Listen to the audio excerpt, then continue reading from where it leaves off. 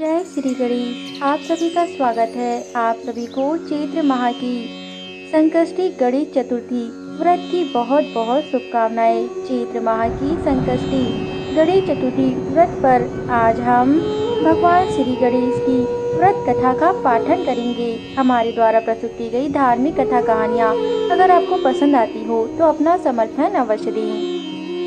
चैत्र माह की पहली चतुर्थी तिथि को हम भालचंद्र संकष्टी चतुर्थी के रूप में मनाते हैं। यह व्रत भगवान गणेश को समर्पित होता है। मानता है कि इस व्रत को करने से जीवन में आने वाली सभी मुश्किलें दूर हो जाती है।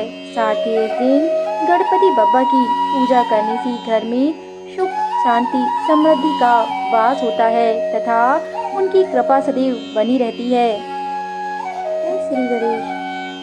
मास की गणेश संकष्टी चतुर्थी व्रत पर अब हम चैत्र मास गणेश संकष्टी चतुर्थी व्रत कथा का पाठन करेंगे। एक समय की बात है जब कैलाश में माता पार्वती और भगवान गणेश विराजमान थे। तब वहाँ 12 माह की गणेश चतुर्थी का प्रसंग चल रहा था। तब माता पार्वती ने कौतूहलवश भगवान श्री गणेश से पूछा।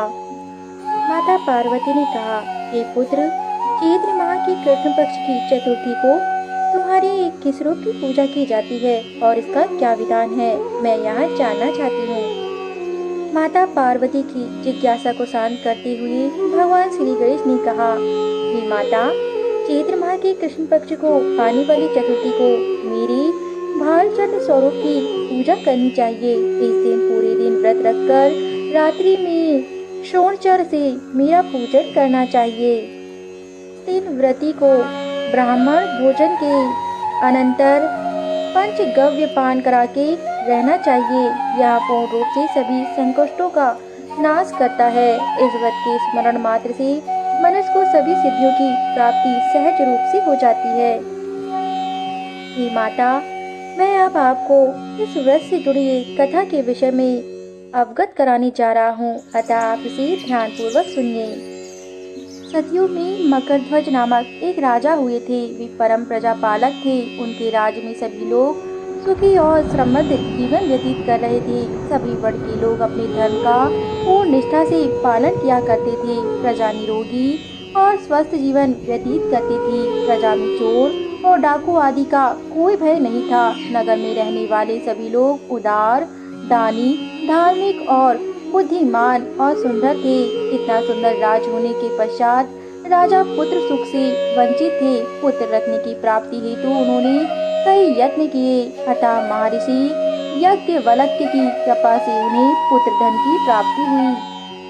पुत्र रत्न की प्राप्ति होने पर राजा की खुशी का कोई ठिकाना नहीं रहा। अब वो अपने राज का संपूर्ण कार्यभार अपने मंत्री धर्मपाल को सौंपकर विविध प्रकार के खेल खिलौने से अपने राजकुमार का लालन पालन करने लगे, पोषण करने लगे। यह राज का शासन अपने हाथों में आ जाने से मंत्री धर्मपाल धन धान से संपन्न हो गए। मंत्री महोदय को एक से बढ़कर एक पुत्रों की प्राप्ति हुई। सभी पुत्रों का विधि विधान से पूरे हर्षोल्लास के साथ विवाह संपन्न किया गया। अब सभी मात्र पुत्र धन का उपभोग बड़े जतन से करने लगे। परिवार के सभी सदस्यों में सबसे छोटे पुत्र की पुत्र वधू बहुत धर्म परायण थी। वो भगवान गणेश की परम भक्ति। चैत्र माह की कृष्ण पक्ष की चतुर्थी आने पर उसने भगवान गणेश की पूर्ण श्रद्धा से आराधना और पूजा की और उनका व्रत अनुष्ठान भी किया। पूजन और व्रत से विचलित होकर सास अपनी पुत्र वधू से कहने लगी, अरे यह क्या तंत्र मंत्र द्वारा मेरे पुत्र को अपने वश में करने के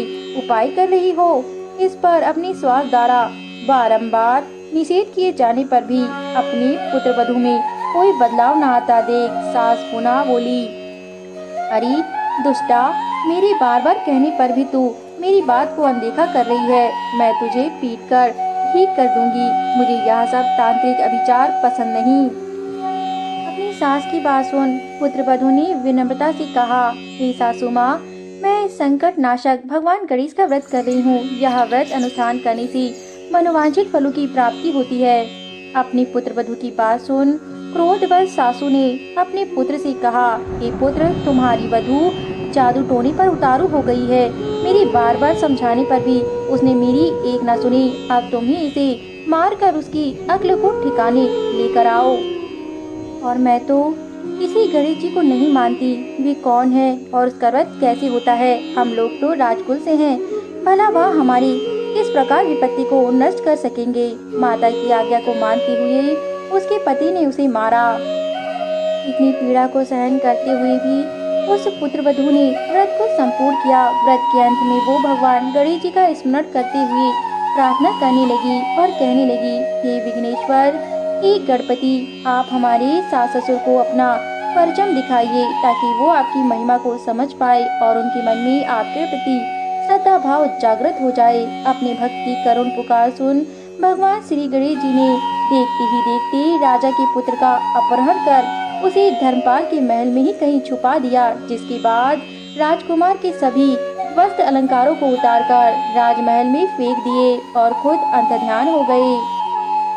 इधर राजा ने प्रेम पूर्वक अपने पुत्र को पुकारा, किंतु उन्हें कोई प्रति उत्तर नहीं मिला। प्रति उत्तर न मिलने पर उन्होंने शीघ्रता से पुत्र की खोज शुरू कर दी। राजा को अपने महल में पुत्र की पुष्टि न होने पर वो शीघ्रता से मंत्री धर्मपाल के महल में गए और वहां जाकर अपने पुत्र को खोजने लगे। उन्होंने सबसे पूछा, मेरा राजकुमार कहाँ है? यहाँ उसके सभी वस्त्र और आभूषण मिल गए हैं, किंतु मेरा राजकुमार कहाँ चला गया है? किसने ऐसा निंदनीय कार्य किया है?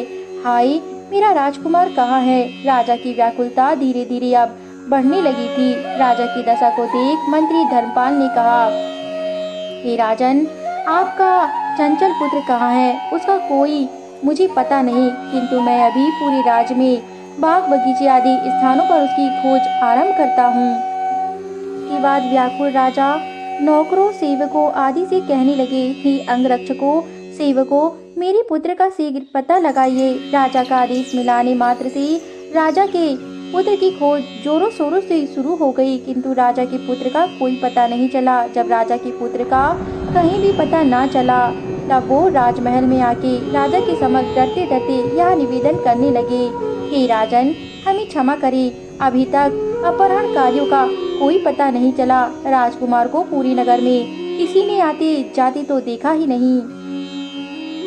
उसकी बातें सुनकर क्रोधवश होकर राजा ने अपने मंत्री से कहा और उसे पुकारा, हे धर्मपाल, मेरा राजकुमार कहाँ है? मुझे साफ साफ बता दे कि मेरा राजकुमार कहाँ है। उसके सभी वस्त्र आभूषण मुझे यही दिखाई दिए हैं, केवल वही नहीं। अरे नीच, मुझे बता दे कि मेरा राजकुमार कहाँ है, अन्यथा मैं तुझे और तेरे पुत्रों को कुल का नाश कर दूंगा। इसे जरा भी संदेह मत करना।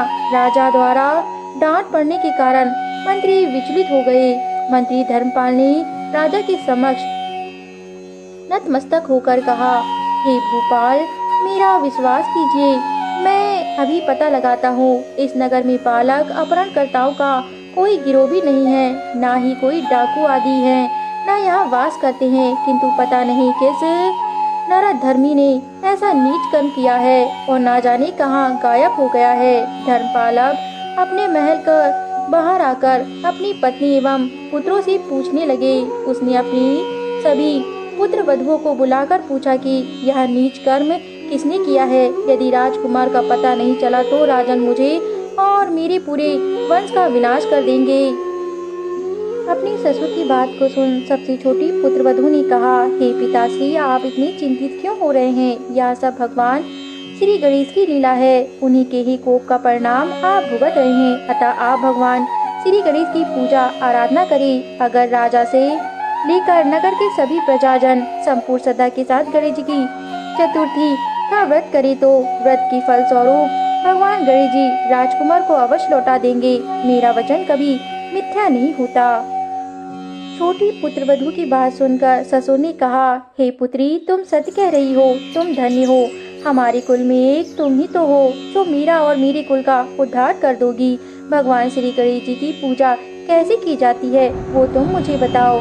हे सुलक्षणी, मैं मंद बुद्धि होने के कारण भगवान गणेश के व्रत का महिमा नहीं जानता, अतः मुझ पर और मेरे परिवार को उनके किए गए अपराध की क्षमा देकर राजकुमार का पता लगवा कर दो।